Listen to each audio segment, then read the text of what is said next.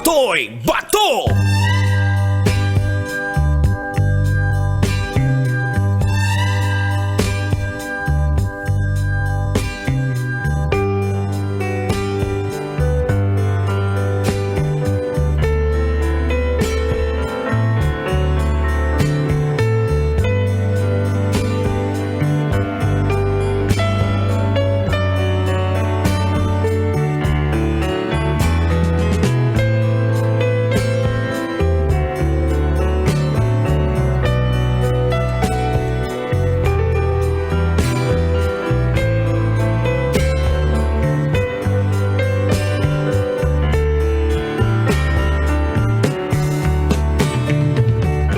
Usa ka may gabi pag-usab mga angkol ug mga auntie.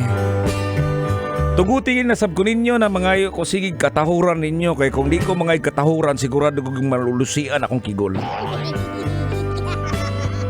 Sana mabuti lagi ang iyong lagay nga gabitay. Mga angkol ug mga auntie, balik po tayo sa pinag-usapan natin kanina tungkol sa mga bagay-bagay na nakapagpapasaya sa atin, nakapagpapasaya sa Yukol, sa ating mga kabisyo. But bago yan, tuloy ko ang mga bagay-bagay na yan. Shout out muna sa naturang bus. Unang-una yung bus driver na nakatutok sa atin.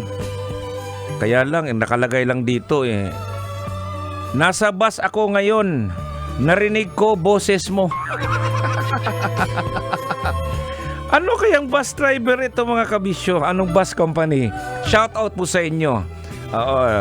Nakatutok sa atin. Thank you very much. At eto din, no? Sabi nung isang kasamaan din natin dito, ang sabi dito, sabi dito, basahin ko para mas clarix Nag-chat ka pala sa akin. Di ko po nabasa, ikaw pinakinggan ng nasakyan kong jeep.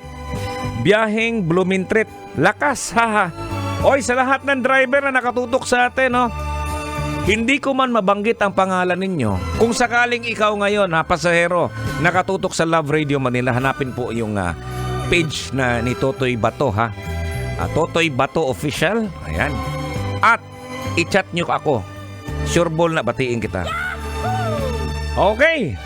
Shout out pala sa aking Brad na nakatutok. John Boy Kakdak, shout out to you. Alright, tuloy-tuloy tayo, no? Ayun yung sinasabi natin, ang daming nakatutok sa atin, no? Mga ganitong oras dapat natutulog na kayo. Huwag na kayong makinig sa akin dito. Eto nga, tuloy-tuloy natin, Maraming mga bagay na maaaring magdulot ng kaligayahan sa isang tao. At ang mga ito ay maaaring maging pambihirang, kaya personal na, depende lang sa individual, At eto nga, nabanggit natin kanina, yung una natin, yung pamilya at mga kaibigan ang nakapagpapasaya sa atin. Sinundan natin yan ng pagtupad sa mga pangarap. Hindi to in order mga kabisyo, Pangatlo po natin ay pagtulong sa iba. At ang pang-lima, kalusugan at kagalingan. Pang-anim natin, pag-unlad sa karera at personal na pang-unlad.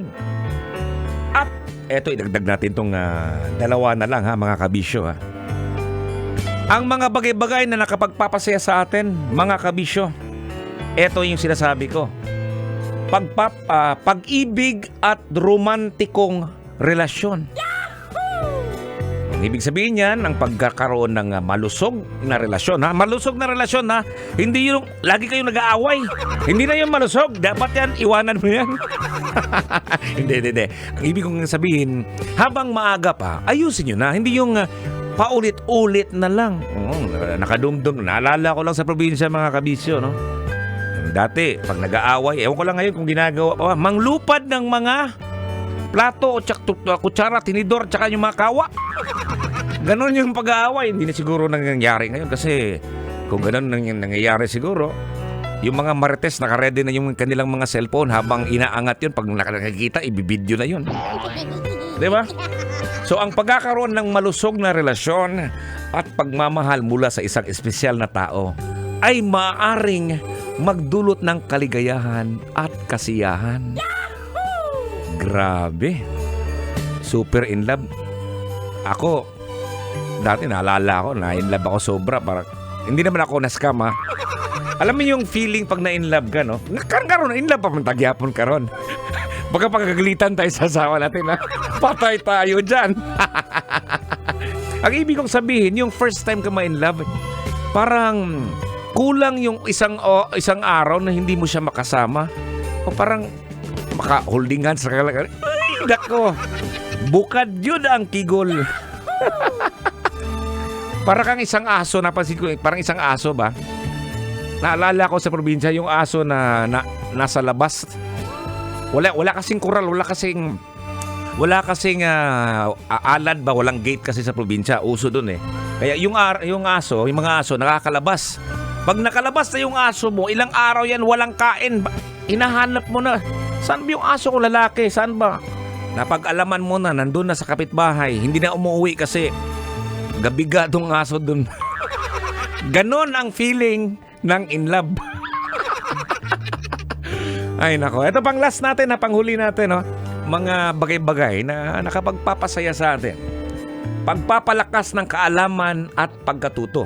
So itong pag-uunlad ng kaalaman at pagkatuto ng bagong mga bagay ay maaaring magdulot ng kasiyahan sa pamamagitan ng pag-angat ng kumpiyansa at pag-unlad sa kaisipan. Yung mga constant education ba? Yung iba dyan, nakapagpapasaya sa kanila yung mag-aaral ng masteral, mag-aaral ng abogasiya, o iba't ibang klaseng pag-aaral ng kalokohan. Hindi, joke lang yung kalokohan. Ibig ko sabihin, pag umaangat yung karunungan mo, yung kaalaman mo, nakapagpasaya ng tao yan kasi nabibigyan ng bagong learning ang isang tao. Halimbawa, ikaw isang mekaniko. May mga bagay-bagay na kailangan mong mag-aral eh. So, nung nalaman mo, ganun pala yan. So ngayon natutuwa ka na. Ganon yun mga kabisyo. At yun ang ilan sa mga nabanggit natin, ang ilan sa mga nakapagpapasaya sa tao. At sana maging masaya ka rin dahil nga nakatutok ka sa akin. Lahat ng mga nakatutok sa atin, no, sa Love Radio Manila. Ayan, sabi dito ng brad kong si John Boy, maulan, ingat sa pag-uwi mamaya. Tulad, ganun ba? Maulan ba? Maraming salamat. Tingnan natin sa ating page kung meron ba talagang nakikinig sa atin bago ako magbabay, ha? Ayan, may nag-message sa atin dito. Eto na lang, bigyan natin ng pagkakataon to. Ayan, shout out! Uy, wala. Uy. Anyways, sa darating na mga araw, no, bibigyan ko kayo ng pagkakataon na maka-shoutout kayo sa mahal nyo sa buhay sa pamamagitan ng voice message. Ano, gusto nyo yan? Ha? Gusto nyo? Gusto. Okay, no, hanggang dito na lang po tayo. At marami pong salamat mga kabisyo sa inyong pagtutok dito sa 90.7 Love Radio. Sa tanan ng mga drivers na sumusuporta po kay Totoy Bato, tuwad kay akong Lucio ng Kigol. Alam ko kayong nagbibigay sa akin ng kasiyahan, no? Ito yun, no? Nagbibigay sa atin ng siyempre, masaya ako kapag nakatutok po kayo sa akin. Simple lang, makinig ka lang sa akin. Masayang-masaya na po ako sa inyo, mga kabisyo. Pirmi lang yung paminaw sa 90.7 Love Radio mula alas 9 hanggang alas 12 ng 12 midnight, no? 9 p.m. hanggang 12 midnight para sa isang magandang pag-alaala natin sa mga nakaraan kung ano meron dati. Yan! At hanggang dito na po mga kabisyo. Marami pong salamat. Bukas na naman tayo magsama-sama 9 p.m. hanggang 12 midnight. Ito pa rin si Totoy Bato. Mayang gabi. Love Radio Metro's